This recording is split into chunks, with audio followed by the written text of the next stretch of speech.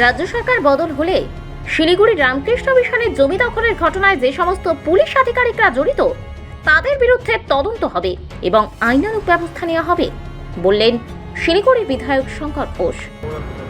খুশি, কিন্তু এই গ্রেপ্তার তো চোখে ধুলো দেওয়ার জন্য এই গ্রেপ্তার।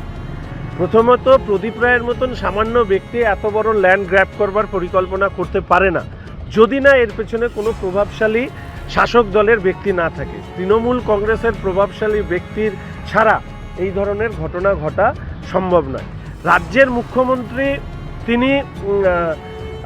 তিনি যখন থেকে সনাতন বিরোধী বক্তব্য রাখতে শুরু করেছেন এবং তার বক্তব্যের মধ্যে দিয়ে যে ক্রোধ ফুটে উঠছে, সেই ক্রোধের কারণেই ভারতীয় সনাতন সংস্কৃতির যা পীঠস্থান, ধর্মীয় উপাসনালয়, ধর্মীয় স্থান, সেগুলোকে দখল করবার প্রবণতা জন্মেছে এই দুষ্কৃতীদের মধ্যে। দুষ্কৃতী, তৃণমূল কংগ্রেস এবং পুলিশ, এই চক্র তৈরি হয়েছে যে এই ধরনের ধর্মীয় স্থানগুলোকে দখল কিভাবে করা যায়।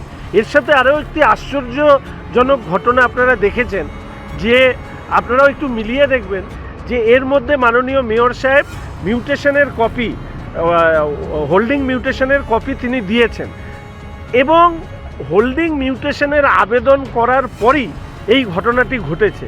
তাহলে কর্পোরেশনে হোল্ডিং মিউটেশনের আবেদন হলো এবং তারপরেই এই জমি দখল করবার জন্য আরও বেশি উদ্গ্রীব হয়ে উঠল। এর পেছনে অন্য কোনো ষড়যন্ত্র আছে কি না, বা কর্পোরেশনের ভেতর থেকেও এই ধরনের কোনো ঘটনা, এই জমি গ্র্যাব এখনই করতে হবে, এই জিনিসটা কিন্তু আমার ব্যক্তিগতভাবে মনে হয়েছে।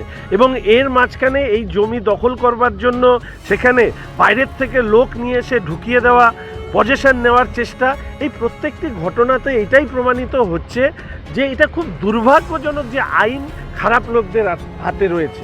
এর বিরুদ্ধে মনে হয় সমস্ত স্তরের মানুষের এগিয়ে আসা উচিত। এবং আমি এইটুকু বলবো, যে পুলিশ অফিসাররা এই দুর্বৃত্তদেরকে সহযোগিতা করেছেন, সরকারকে তো পাল্টাবেই, মনে রাখবেন সেই সময় অন্তত এই যে বিষয়, এই বিষয়ে যা যা ভুলভ্রান্তি বা ইন্টেনশনালি আপনারা দুষ্কৃতীদের সাহায্য করে থাকলে, দুর্বৃত্তদের সাহায্য করে থাকলে, নিশ্চিতভাবে আইনগত যা পদ্ধতি সেই পদ্ধতিতে ব্যবস্থা নেওয়া হবে।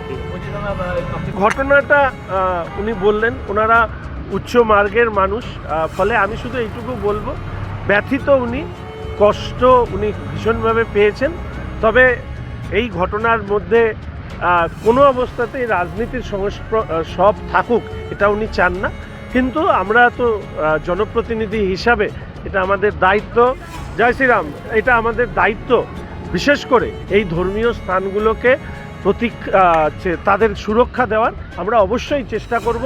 আইনের মধ্যে দিয়েই এই ধরনের ধর্মীয় স্থানের প্রতি যাতে আর কোনো ধরনের এই অত্যাচার, এই সাধু সন্ন্যাসীদের, সর্বত্যাগী মানুষদেরকে যাতে সহ্য না করতে হয়, তার জন্য অবশ্যই সচেষ্ট থাকবে একদম।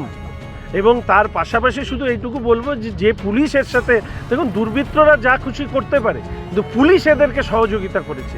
চেয়ারে বসে অশোক স্তম্ভ লাগিয়ে যে পুলিশ রামকৃষ্ণ মিশনের জমি দখলে সহযোগিতা করেছে, আশ্রমিক সন্ন্যাসীদেরকে নন বেলেবল কেস দিয়েছে, তাদের বিরুদ্ধে অবশ্যই আইনগত তদন্ত হবে।